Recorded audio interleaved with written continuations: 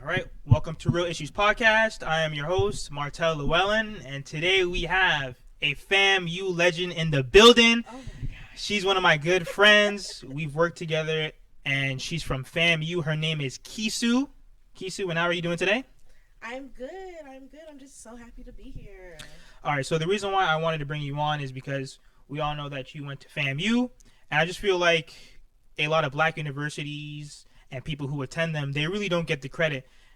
Now, what I mean by that in terms of funding or just mostly black people knowing, okay, what is a black university? What is it to go there? Like, because most of the time we all go through the mainstream schools, FSU, Duke, and all these other bigger colleges. Meanwhile, we have all these black universities that can actually educate you on black culture and all the history that a lot of people don't know about. So before we begin, Kisu, just let the people know who you are, like where did you grow up and the culture behind your name. Great. So, since we're talking about fam, I'll do my family greeting. So, greetings and humble salutations. I am Baikisu Ariori, a graduate from the illustrious Florida Agricultural and Mechanical University, and I am from Broward County, Florida. The history behind my name, I am Nigerian by descent. I'm first generation Nigerian American, and my name really just means wise. And yeah, did I miss something? No, Okay, you're yeah, good. that's me. All right, so we know that you attended FAMU. Now, why did you attend FAMU when there's a lot of other colleges out there? Okay, so my FAMU story, I really hate to say that FAMU was not my first option, like at all. My older sister went to FAM and she dropped out. So, with that being said, my parents were kind of like, you need to look at every other school but FAMU. And I was like, okay, bet. But long story short, I was taking my ACTs, SATs. I was scoring like 15s on them, like in the 800s on my SAT. I wasn't doing good at all. And with my high school, I went to Ely. They had a lot of connections with FAMU because Blanche Ely was in a way founded by FAM. So after that, I got connected with the right people. They told me to just take like the PERT test at BC, and then that's how I ended up getting into FAM. But other than that alone, I had got a lot of scholarships. One of them being the Southern Scholarship Foundation, which you basically are living like rent free, and that really just that scholarship was maybe worth maybe like 50K, Wow. like amongst you all your Wow. 4 years there.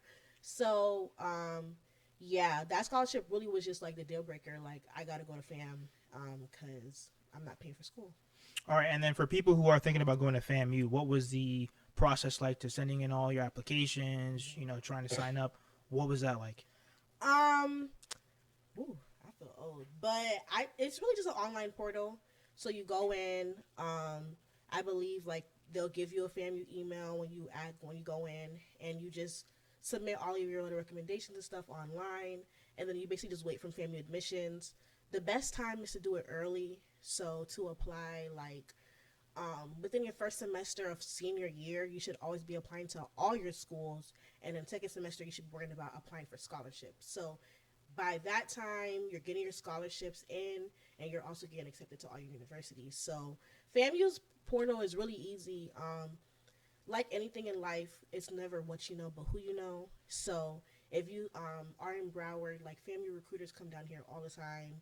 FAMU Rural Court comes, SGA comes down here. Like they're always visiting Broward schools. I mean, unfortunately with the pandemic, like it's not like how it used to be. Yeah. But with time, like you'll see them down here. So when you see them, speak with a recruiter, get their name, their email, and usually even just knowing a recruiter alone and you being serious about wanting to go to school will get you in regardless of what circumstance you're in. So All right, and then let's say that someone wants to go to the U, but then they're also thinking about FAMU or like another college like that. What separates FAMU or the black universities from these bigger colleges? Like, what's the culture that you learn at these HBCUs that you don't necessarily learn at the bigger mainstream colleges? So FAMU's motto is like caring with excellence, and like that's what's really key behind going to an HBCU is that they care about you, like your advisors. I mean, I have an advisor. If I did not see that lady, she will come and pull me to her office. Like, if I went longer than 3 weeks, she would be calling my phone. Like, why didn't you come and see me, check in with me? Like, They care for you. The class sizes are, let's say, I've had classes as small. Well, as I got into my major, I had classes as small as 3 people. But like while I was like within my first years of undergrad, I had classes maybe between like 50 to 100. 100 was like the least in comparison to going to like FSU, University of Miami. Your classes are at least 300 to 400 people. So when you need help with your classwork, you can't go straight to the professor. You're going to the teacher's aides or the teacher's assistant, and then if they can't help you, then you have to get to the professor. But the professor is just moving too fast, so they can't even give you your honest help.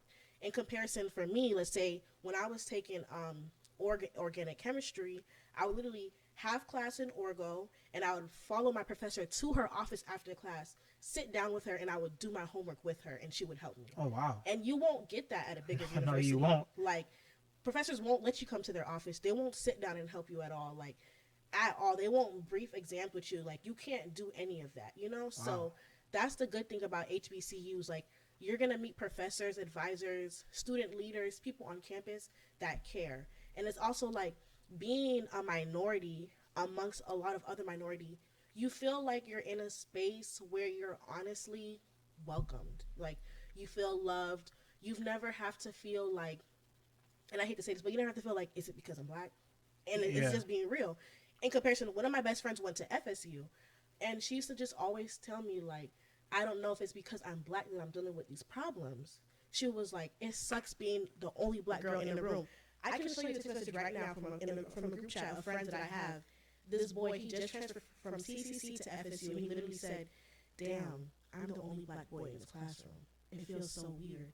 You don't have to deal with that, you know? Like, and when you understand, like, the love that you get, then you feel better. Like, you're not alone on a lot of the stuff that you deal with at an HBCU. Like, you meet some remarkable people. Like, we have a lot of honorable alum, you know? You put yourself in the right shoes in the right places.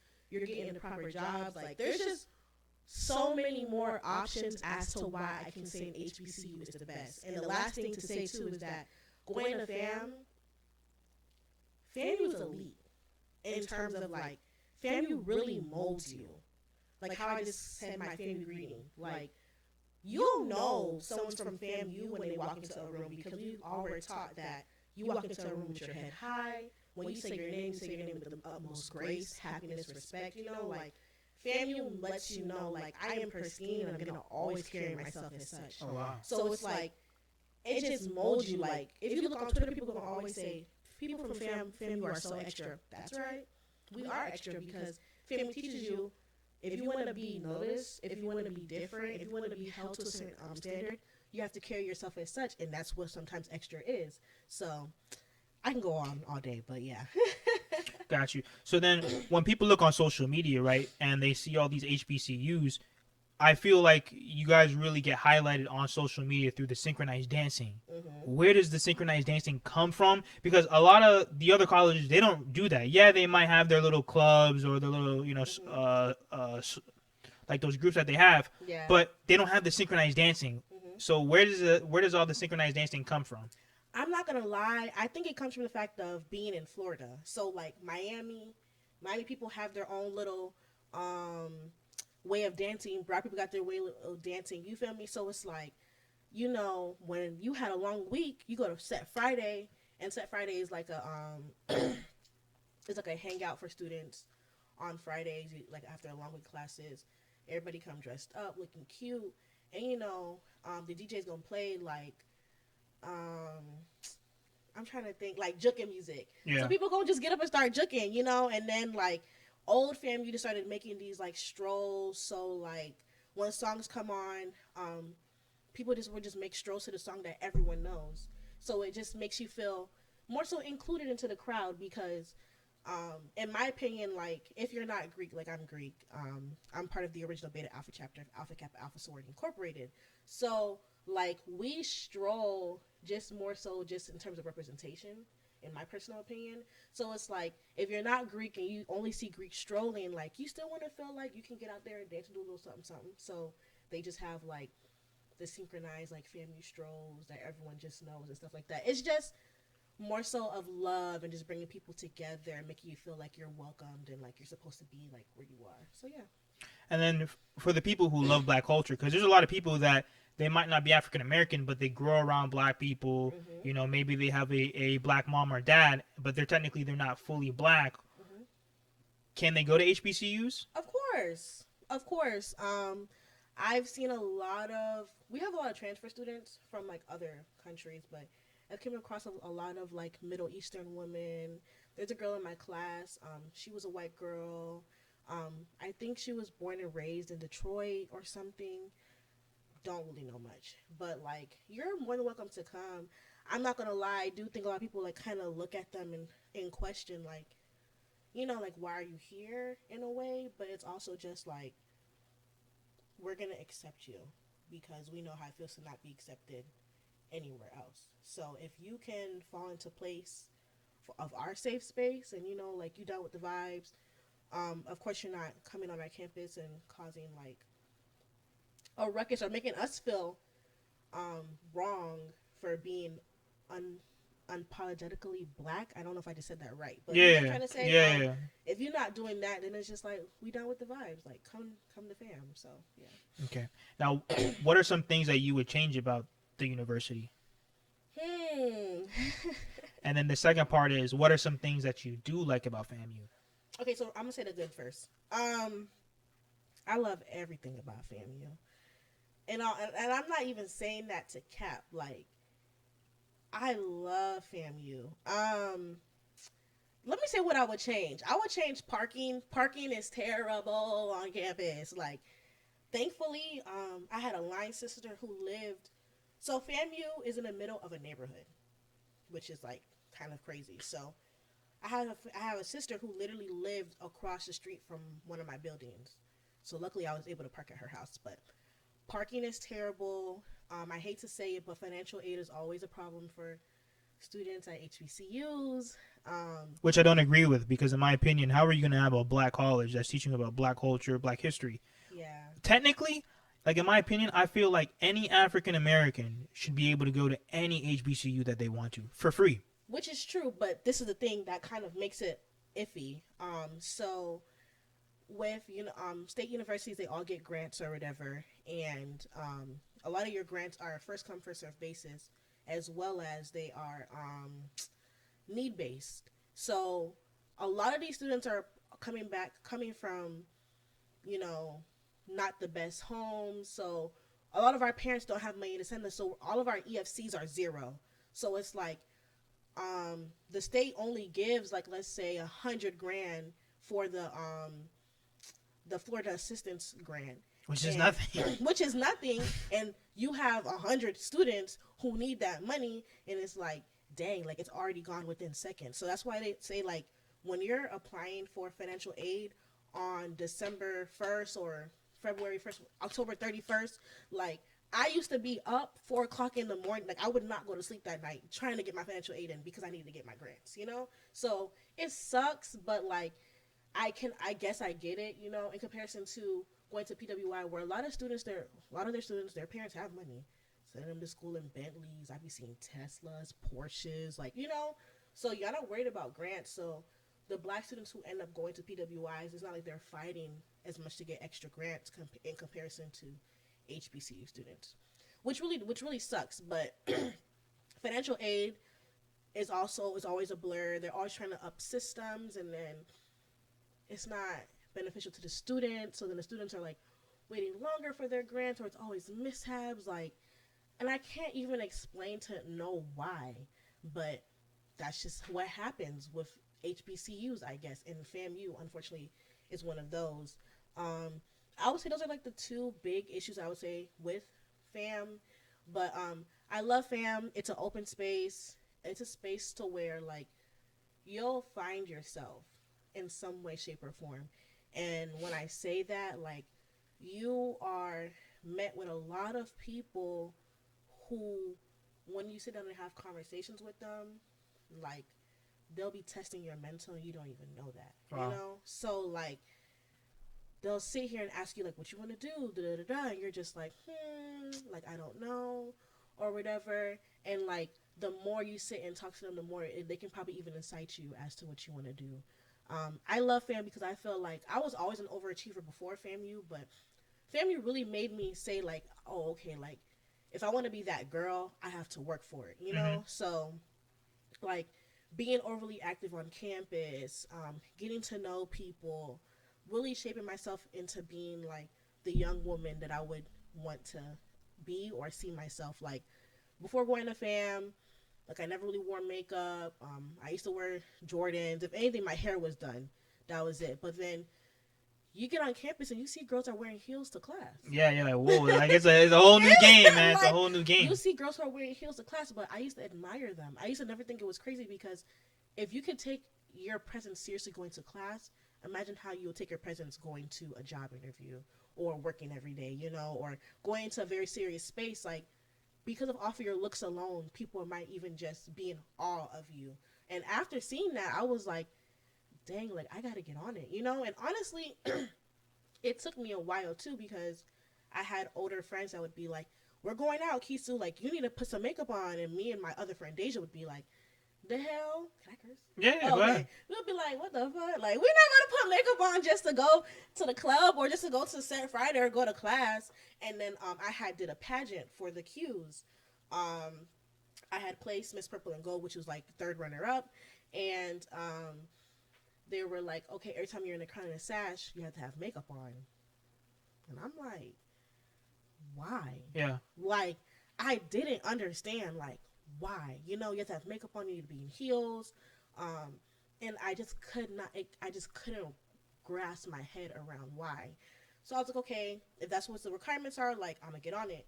Came home, this was the summer after freshman year, started learning how to do my makeup or whatever because I had a lot of, all the girls on my court all know how to, all knew how to do their face, and I was not about to be the bitch that looked crazy. Like there was no way I could let myself be that person. So I came home, yeah, learned how to do makeup, and then like you know, as the semester went by, like I was able to really uphold like this presence. And like with time I started to realize like when they see women with a sash and a crown on, you have heels, your makeup is done, and you look together, like people just take you so much like more serious. Like they when they address you, it's with respect. Like you know, like they come correct with all their they're coming correct with all the conversations. Like you just see things in such a different light when you hold yourself up to a certain standard. You know, so I say all that to say like FAMU really taught me the importance of holding myself to a standard, and because of that, I will forever love FAMU.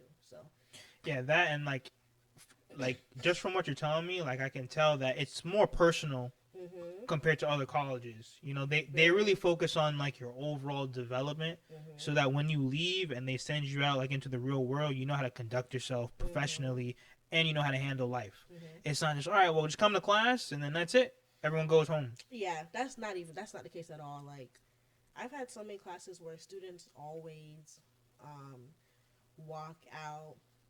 It's like a line just talk to the teacher. I have like my teacher's personal numbers. Yeah. I have advisors' personal numbers.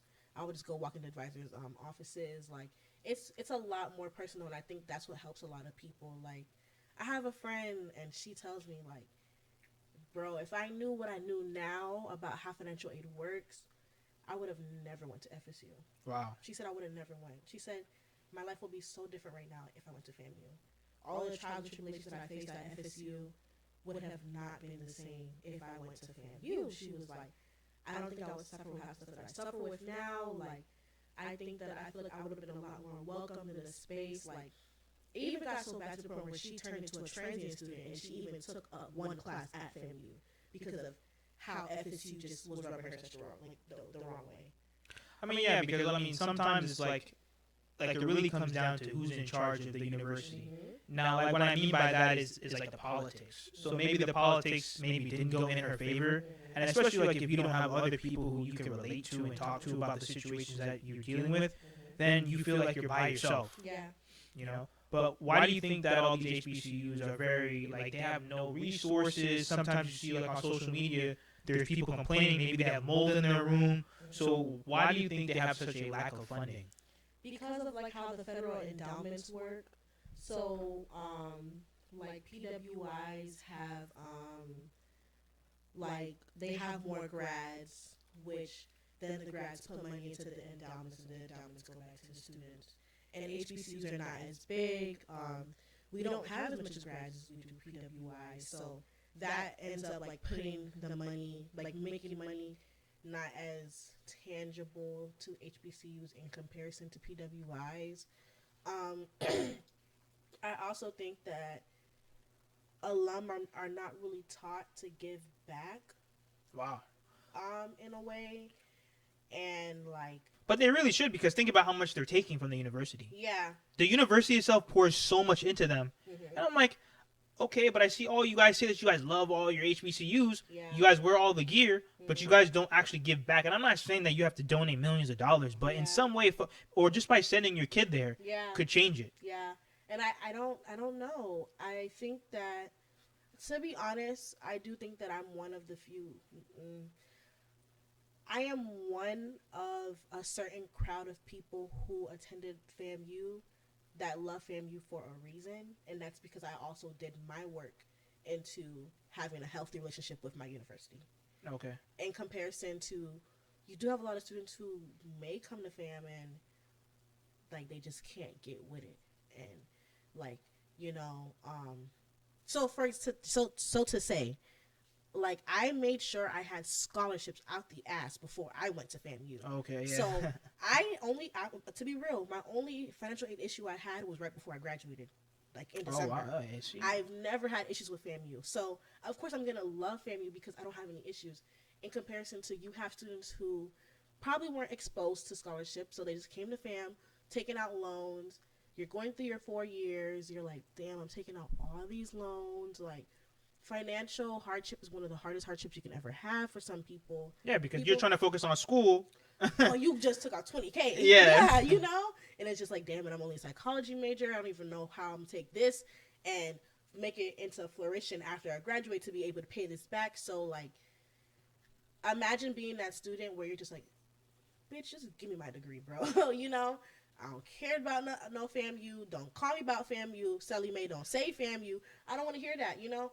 I just want to get my degree and get out. So you do have a good amount of students who just like don't care to give back, to pay money to become a part of the FAMU Alumni Association. They don't do that, you know? So I think that plays a big role into it.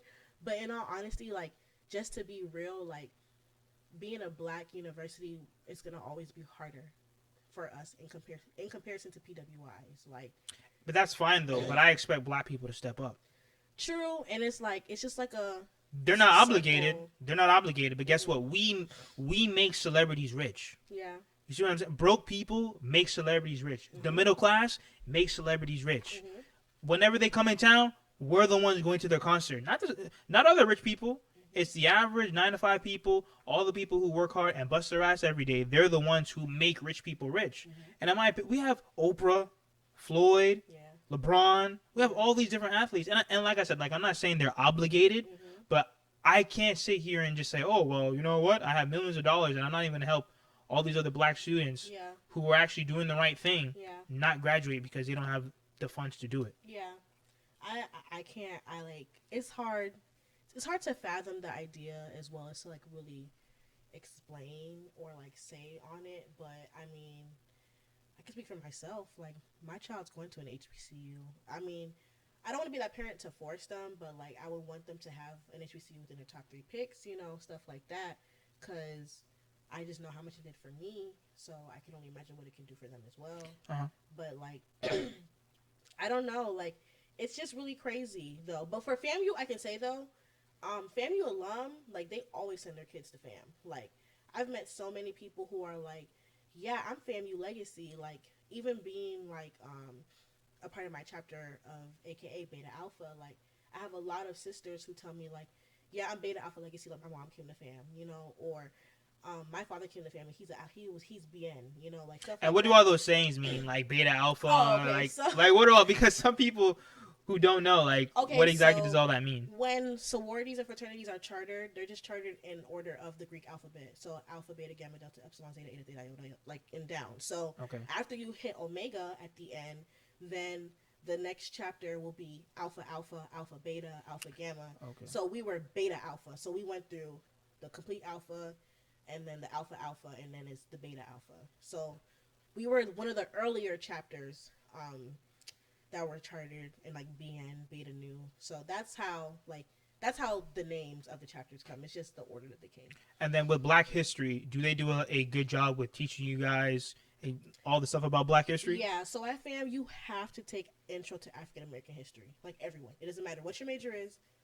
Everyone, excuse me, has to take that class. Unless you came in with an AA, excuse me, I'm sorry, then you don't have to take that, but you have to take that class. So it's very, it's very insightful to see. We have the Meek Eek Black Archives, which basically holds all the artifacts from FAMU, from when FAMU was like first built about. into, okay. Yeah, so like we're the rattlers because so FAMU was founded on a plantation. I forgot the name of the plantation, but I knew it. It's just not coming to my head. But we were founded on a plantation. So when they were basically just like going like clearing the land, they came across a lot of rattler snakes. Oh. So that's why we're called the rattlers. Wow. Okay. I didn't know but that. it's like you learn that when you go to the Black Archives, because you have a SLS class, which is an intro to freshman studies, like intro to freshman life type class. And when you have to go to the Black Archives, like you learn a lot of history. Like it's just a huge building with a lot of history. Like at one point, we had an exhibit with Harriet Tubman's hand pistol. Like oh my God. Yes. So like the line was like wrapped around the building just for people to be able to see it. So there's a lot of history that you learn when you go to FAMU. FAMU makes you so pro-Black. It's like it's crazy. But see, it's like my biggest beef with Black people is that we don't want to do better. We're quick to blame the white man, and don't get me wrong, sometimes this country has, set us back in different ways. However, we're the only ones still killing each other. Yeah. We're the only ones still robbing each other. Yeah. I mean, because just for my profession, like it's not fair that let's just say that 10 officers shoot a Black man. We're up in arms. Yeah. But every single day, Black people kill, steal, and rob from each other every day. Which is true. And no one says anything about it. So it's just those certain things, because it's like it's very important that we know our Black culture. We have a lot of kings and queens that were centuries before us who were rich and powerful and who actually ruled this world, but people don't know about it. And people think that, oh, well, Black people, our whole history started like on a plantation, when it's completely false. Yeah. That is very true. And what I can say is that going to FAM and going to HBCU, like, it does enlighten people to, like, steer away from that path. And, like, you do come across Black people that will help you. Like the fact that I can submit a job application and people see FAMU on it, they'll just hire me because they probably went to NCAT. Yeah. They probably went to Howard. Like being able to be a part of the Black network does a good job. So it's like I really think that once students or people are able to like attend an HBCU and they get into that network, then I feel like in some ways they're probably strayed away from like all of what you were saying like before, because we're taught to help each other. Like we really are taught to help each other, which I like. But it's just so weird how it circulates. But we are taught to help each other. Like speaking about like being an AKA, like right now I'm about to move to Atlanta. I'm applying for some jobs and I'm a resident. And what's your major? My major was food science. Food science, pre-PA. I want to go to PA school, so I'm about to take this next year off to work on my PAC hours, which is a part of the application, basically just like patient care hours, stuff like that. So my line sister is like, why you don't have AKA on your resume? And I'm like, it didn't even dawn on me that I didn't put it. And then she was like, girl, you need to put it because I had a job application and this dude was a Omega, he was a Q, and because she was an AKA, he said, well, like, we got you, like, you hired. And she's just like, they'll help because they're actually helping their sister out. Yeah, like, you're part of a sorority, I'm part of a fraternity, like, we are a part of the D9, so of course I'm gonna help you, so I don't know if I just answered the question, but basically I say that all to say, like, going to an HBCU, joining certain organizations, like, it does provide a network to be helped by other people who were in your shoes. So. Okay. And then for someone who is getting ready to go to one, let's say that they're going to Howard or FAMU, what should they expect? Um,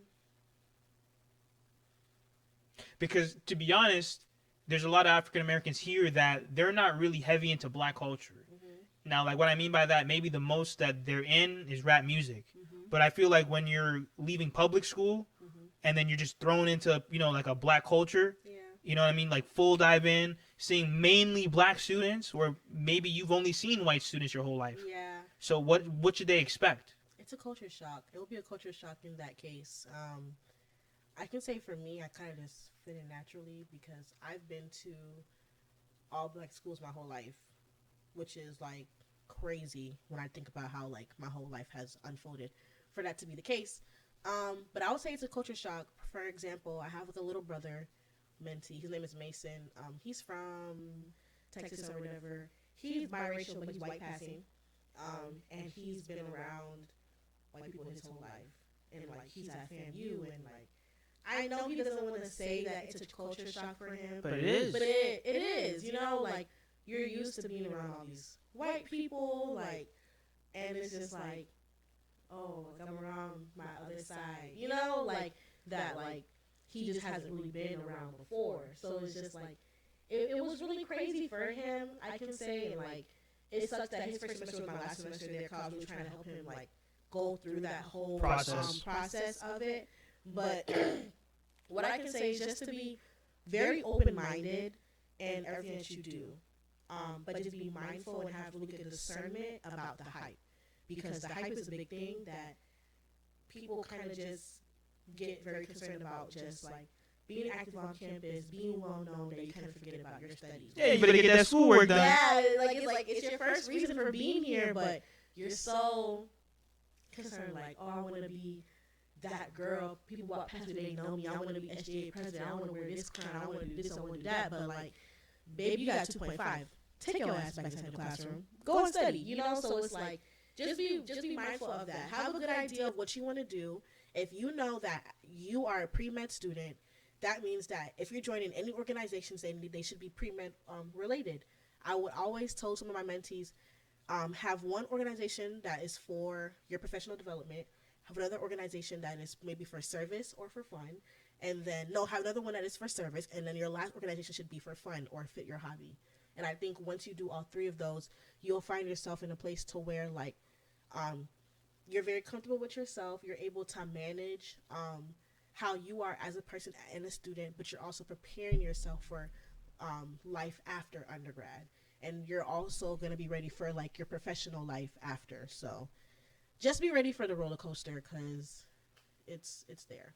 And then for somebody, before we wrap it up, for somebody who has maybe sports, they have clubs, and then they have school, they have like, what's your advice so that they can juggle all those different things? Because you seem really busy on campus. That's why I'm asking you. Yeah, I was so busy on campus. Like, I was an RA, basically like a house manager. I'm a Neo, which is like I just came into the chapter. Like I just became an AKA. So we're kind of over being on the chapter. And then part of being a Neo, I'm a step master as well. So I'm over the step team. I'm step team captain. What else? Like, it was just so much. Like, I had a crown. I was Miss Purple and Gold. I was doing research for a science program.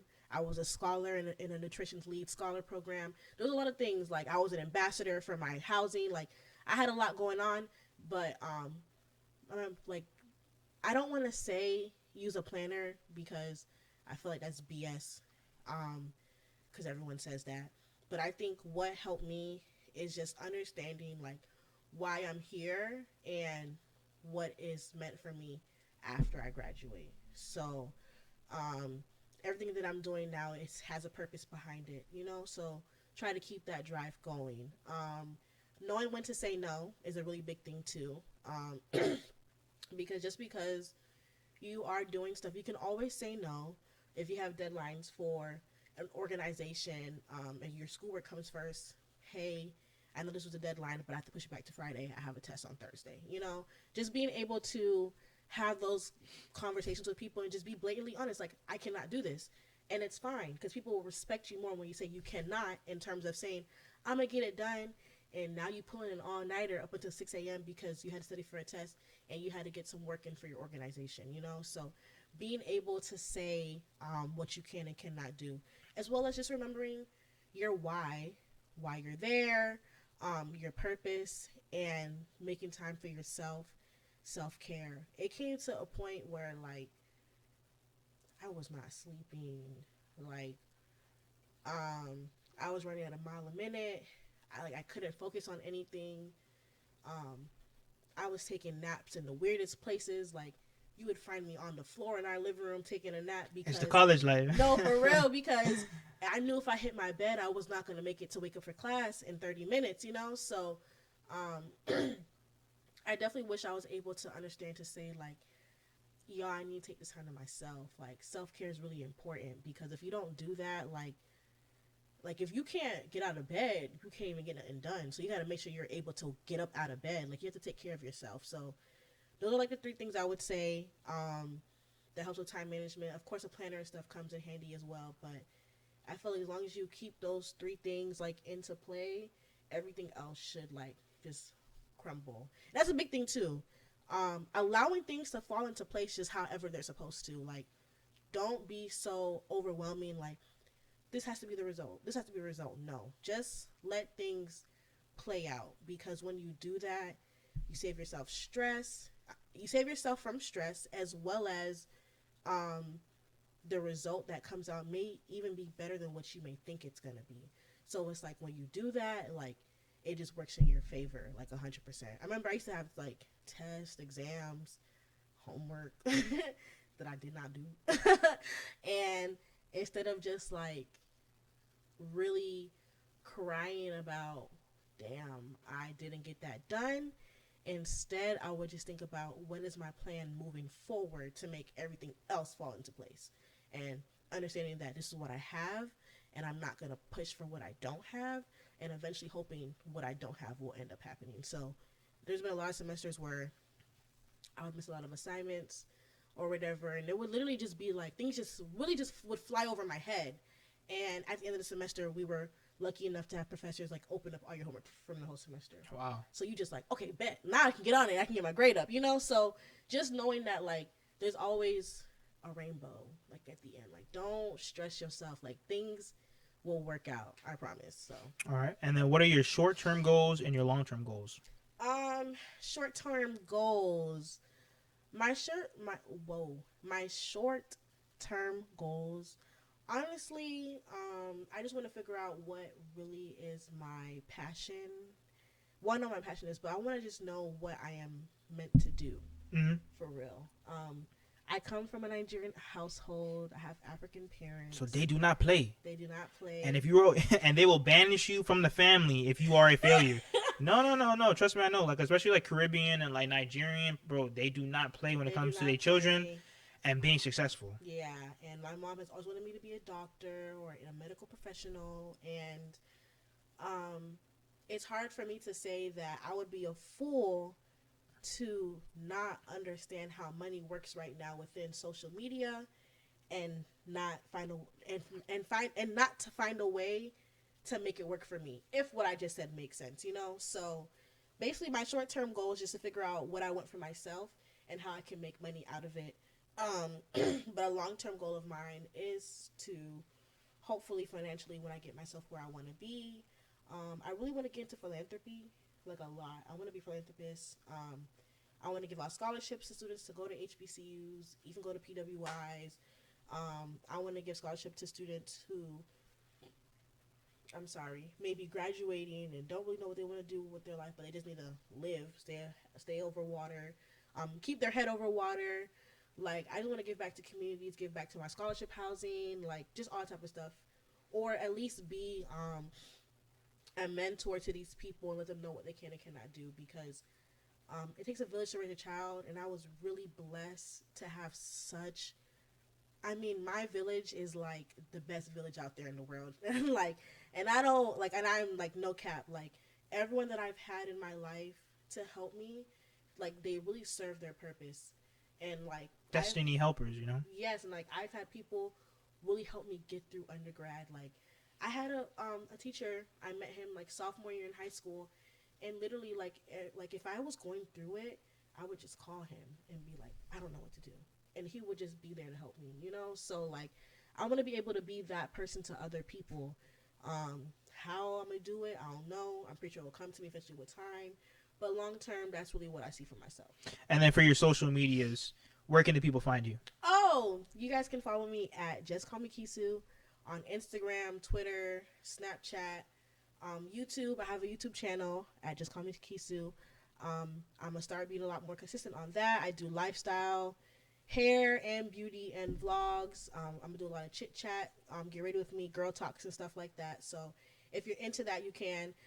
If you see this and you want some type of mentorship, or you want some help going to an HBCU, you want someone to read over your admissions essays, or you want to see what kind of candidate you are, you can DM me on Instagram. I am more than welcome to helping you as well. You can find me there, and then you can find me on TikTok too at Justcallmekisu _ So that's where you can find me. So thank you to KISU. Thank you so much for coming on the podcast. Once again, she is a FAMU legend.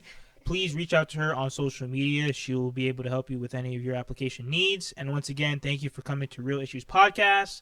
Like, share, comment, subscribe, and thank you again to KISU. Thank you for having me, Martel. For real, for real.